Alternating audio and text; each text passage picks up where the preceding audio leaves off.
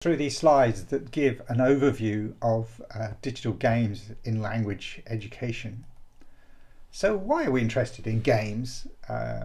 Games are a regular part of language classrooms anyway, but why particularly digital games? Games are interesting because they can be played both inside and outside of the classroom, and they're also something that we can be social around.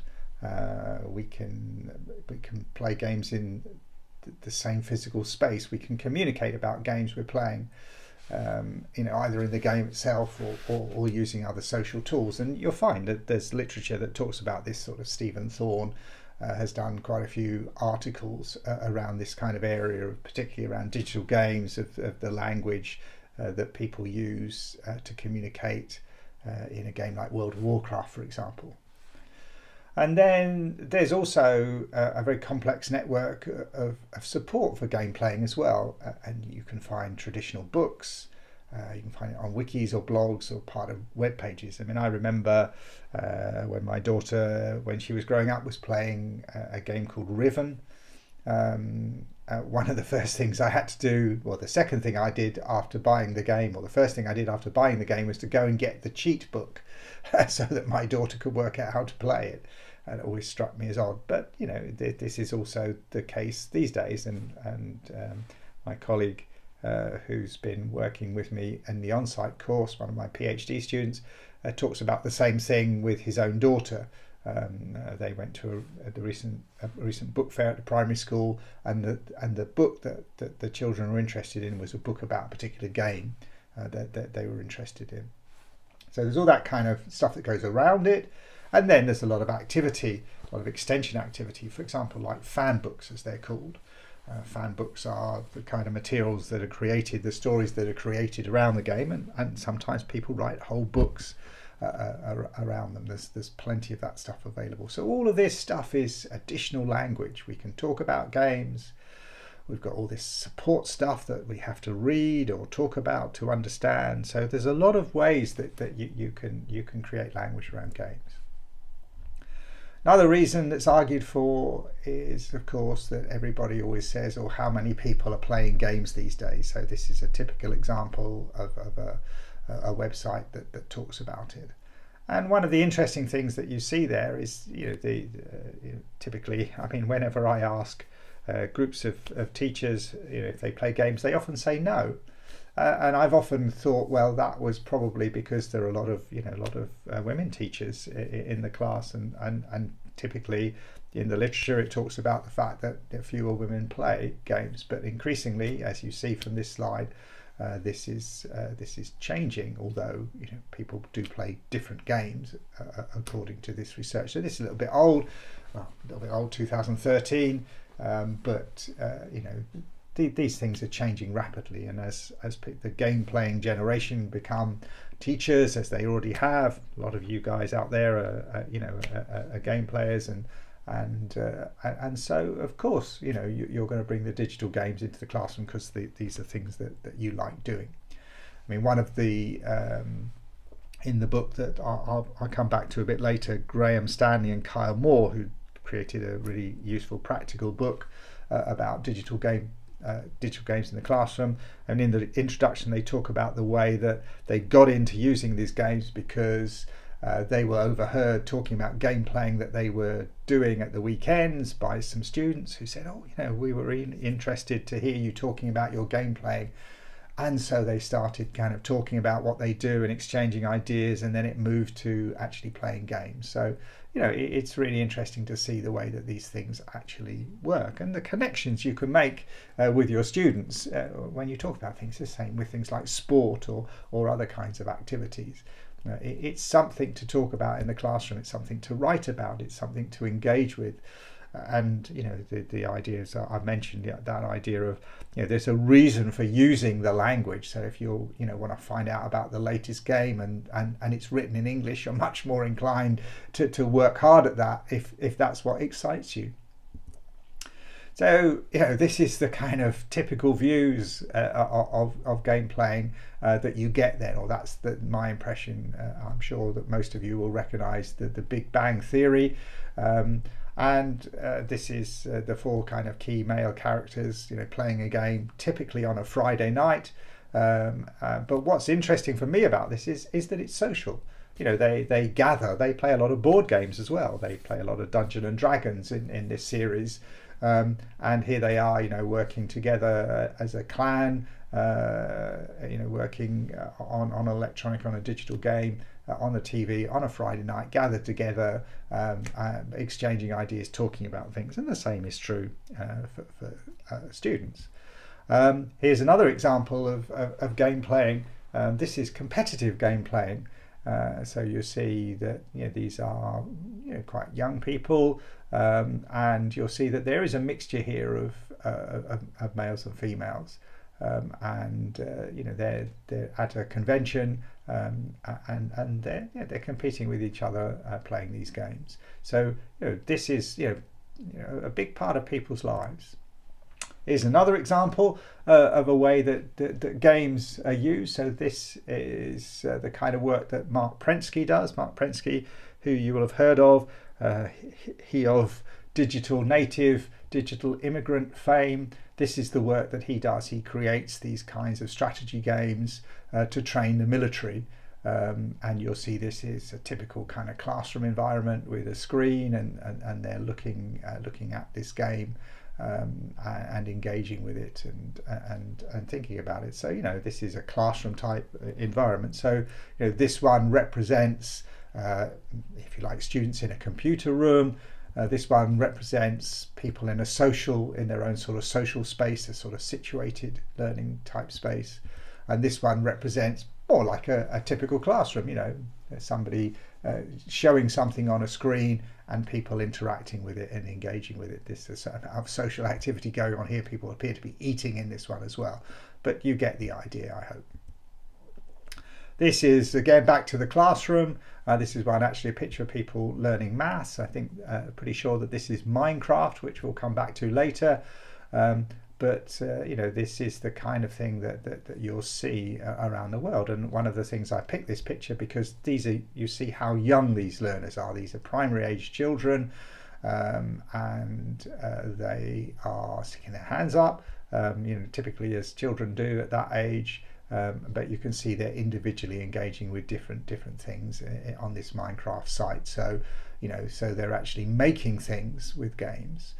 They're not playing a ready-made game, they're creating things. And again, we'll talk about this briefly later. You will have seen the Padlet that is part of the other material, hopefully. I'm not going to dwell on this here. You could watch this video, the Jessica Lindell video, and see what she has to say about things. But the key points that she makes about the reason why we should bring games into education are listed here. So why they are trying to do it, why her company is trying to do it, and they're working on a version of SimCity. They're trying to do it because it links to the kind of 21st century skills that people need in the classroom. They believe that the conventional education system hasn't adapted to the modern world. Also the issue of the amount of data that's generated when people work on games. There's a lot of data collected, and so we can actually see how people are learning. We can see where people get stuck. We can see where there might need to be some input to help people get through it. So it talks in this little video about that they're working on a version of SimCity, and it's to do with science teaching, environmental teaching, but also language as well. And the children work on a game. This game, they get set the task of trying to reduce pollution in a city, and it's what's called a serious game. So they're solving a serious problem, so sort of social science type of activity, and they're doing various things with that. Now, one of the examples of games that I've put on the list of games that I've started creating includes a reference to a set of materials called Mark Sharks, and that's a there's a little apps. They're really nice. They're Android apps, but they basically cover little bits of ground. So you can get your students to do that kind of thing. So these are the arguments that people are making.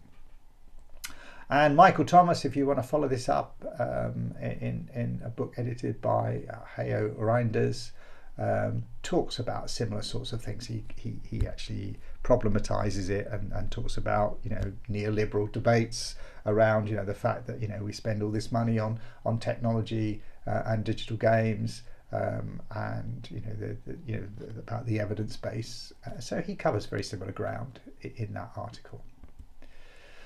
So I mentioned serious games, so this is one of the categories that people talk about, and if you want to have a look at some serious games, if you've not come across this term before, a really good, interesting example, an old one, is Third World Farmer. I mean, I remember playing this in the very early days of my career as a board game, and then if anybody has heard of or remembers the BBC Micro, probably none of you will remember it.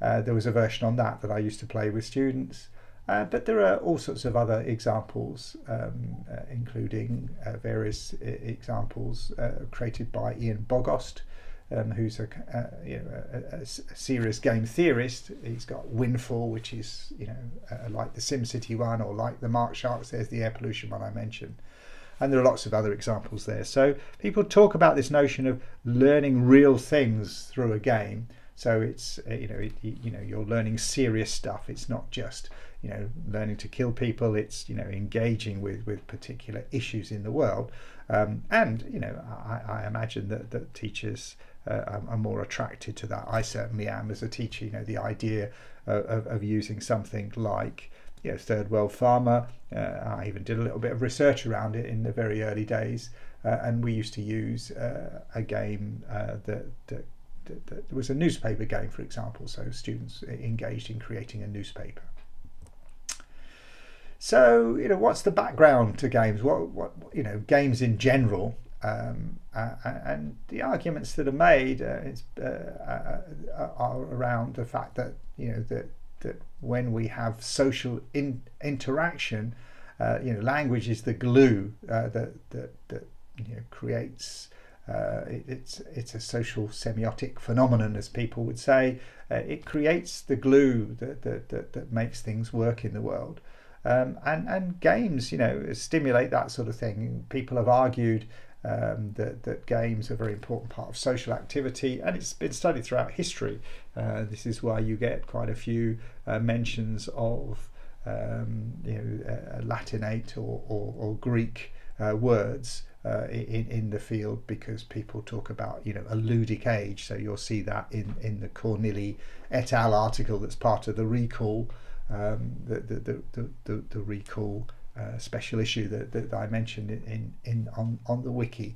So you've got these differences between different types of games, so rule-bound games and open-ended games, and they include certain aspects. So games have always been part of language teaching, and we've always thought about them, and thought about ways of using them effectively.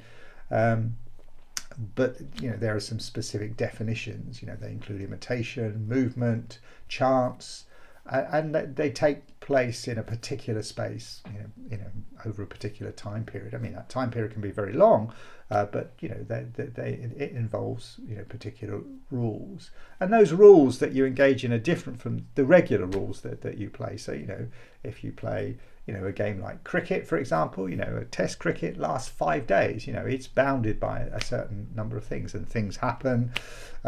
People run back and forward and throw balls and this kind of stuff. So that's the kind of background to it. And another reason why we're interested in games is because games are generally associated with cognitive development. Young children play games naturally, as part of growing up. And somebody like Vygotsky, for example, I mean, that was what he was interested in. He was looking at cognitive development, and the way that the role that language played in that as well. And that was what he did his research in. So again, if you want to follow this up, There's another book by people called Sykes and Reinhardt who have some background information there. So a game is a particular kind of play. You usually play it voluntarily, and you're bound by a set of rules. You can follow the rules or you can cheat. It's possible to cheat as well. It requires a certain amount of effort to reach the goal. It can be quite open-ended, but it still requires effort. The outcome's not always certain, and sometimes you have good outcomes and sometimes you don't have such good outcomes. And games have some kind of reward system. Games work in sort of different kinds of ways, and people talk about the issue that it's very difficult to actually define games effectively. You actually have to look at games and look at what people are doing. And normally you have games involve kind of clear winners and losers. And that's what Prensky would define as a game. He would say, things like simulations where you work together to solve a problem, they're not a game because nobody wins, basically. But so there's some discussion about that. So here's another interesting person talking about game playing. I mean, people call him Jim G. He's actually a linguist. If you've listened to this, you'll hear him talk about the particular issues that how he got interested in games. But again, I'm going to skip the actual video, which you can look at, and move on to some of the key points he makes. So he's talking about general education rather than language development per se, although he does write about language, and as I just said, he comes from a linguistics background. And he basically says that we engage with video games because they're just essentially a set of problems, and they're hard. So people, he says, why are people prepared to sort of work hard to solve a game to win, but they're not prepared to work hard in an educational process. And one of the reasons he suggests that we should be using games is because game designers have learned how to get people engaged in hard stuff, and to keep to stay persistent at it. So you learn differently in games. I mean, you learn through problem solving, through going up the levels, through through trying to find out information. Whereas typical learning in schools, although obviously we've moved a lot more towards a kind of problem-based type environment over the years, it's about giving you information.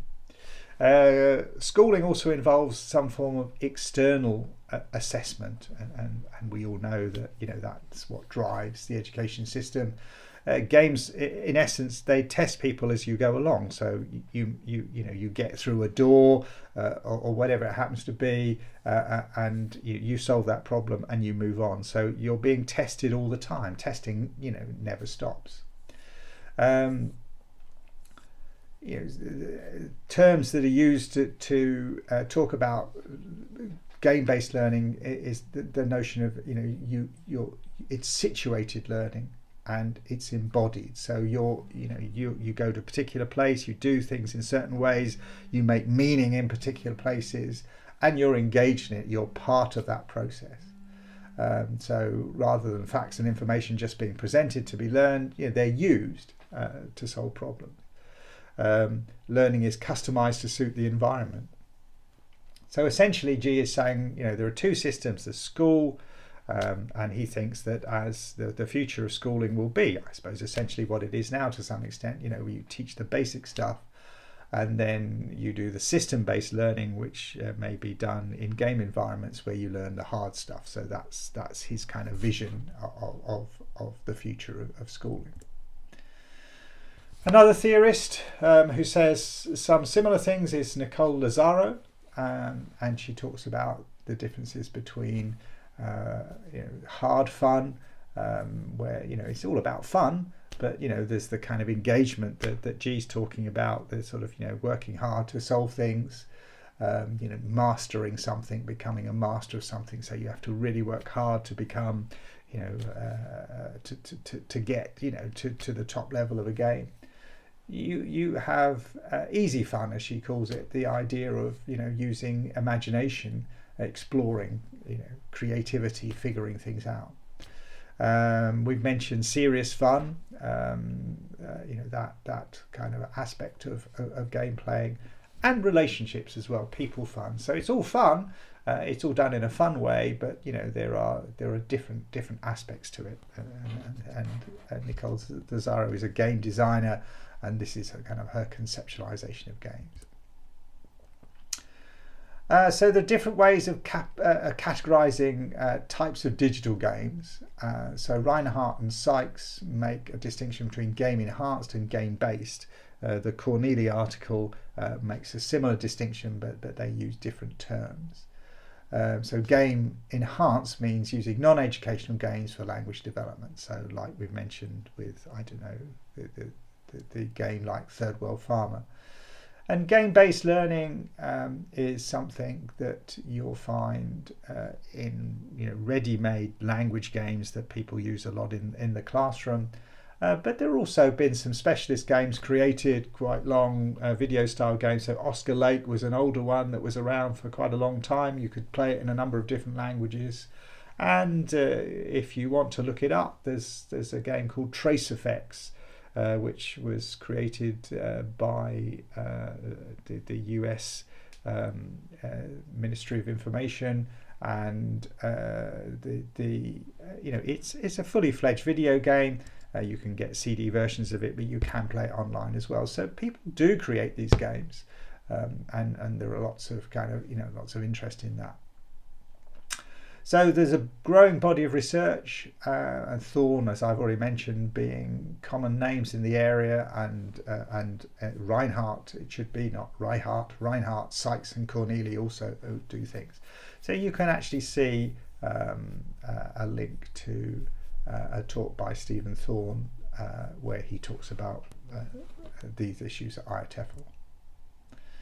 So other types of games that you might look at, so I mentioned serious games, there are things like escape from the room games, and there are adventure games, there's interactive fiction, there are things like dressing up.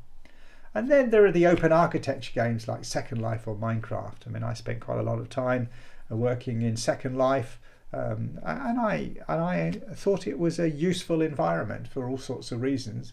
That space now seems to be more occupied by Minecraft because it's a game played by children, and it's very much something that you can do independently. So there have been some recent articles about the use of education, the Guardian recent articles in places like the Guardian, but also, in fact, very recently, listening to Radio 4 in the morning on the news. For those of you who know what Radio 4 and the news is, it's the early morning program. They actually had a thing on Minecraft in education there. So there are a couple of articles out there about Minecraft in language teaching, and it's clearly an area of interest. There's a Google Plus group that's linked to Webheads in Action, run by Vance Stevens, that's exploring Minecraft in language teaching if you're interested in that.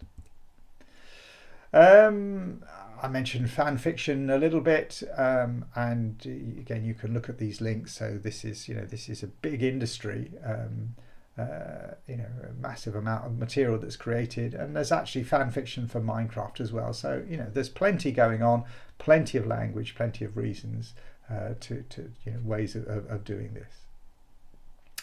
So if you want to find particular sources of ideas for gaming, Kyle Moore runs a wiki that has got tons of stuff on it, and then there's the book that he did with Graham Stanley, and it's a good starting point. So these are both kind of activity based things. I mean the list on Kyle Moore's wiki has literally got hundreds of different games, and hundreds of different ideas about how to exploit them in class.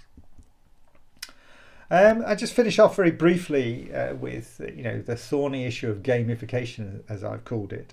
A lot of people are very exercised by this idea in the gaming world. Ian Bogost is very negative about gamification and the idea that you can sort of somehow take what we know about games and use them in classrooms. And what tends to happen is you get this kind of type of very behavioral sort of activity, very competitive sort of activity that you see in class, and you can see that kind of thing has been around for a long time. I mean, if you want to follow up, we've gamified the classrooms forever, giving people stars, giving people chocolate at the end of the month, and people who are interested in using digital games often see this as a distraction. This is the sort of this is what people tend to pick up on, this idea that, that the arguments that G is making about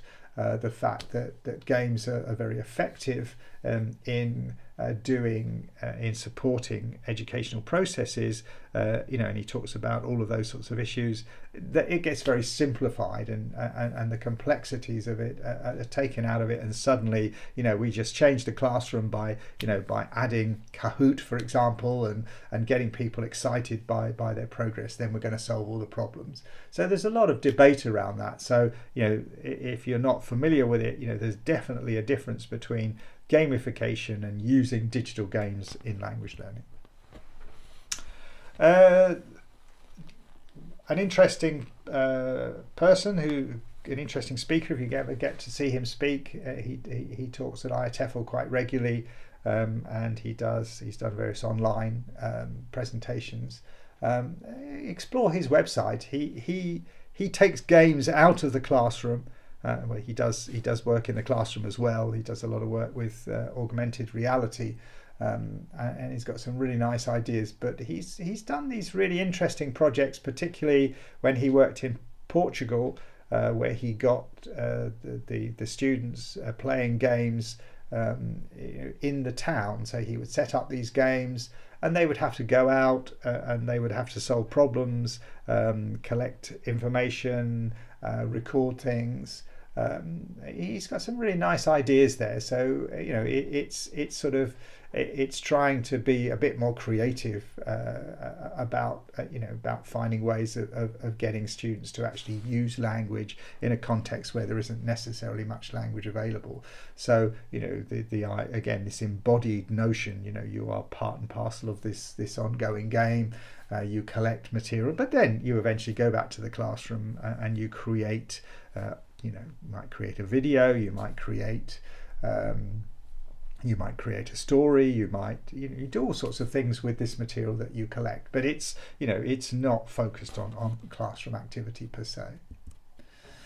So some references at the end. I particularly picked here some examples of references that were not traditional articles, because I think it's perfectly acceptable to use a YouTube video like that one if you want to, but you need to reference it. So I put these in so that you can see how to reference these kinds of types of arguments, YouTube videos and so on, in a references list. So if if you're interested in games, we've got some discussion going on the forums, and that's basically the end of this introduction.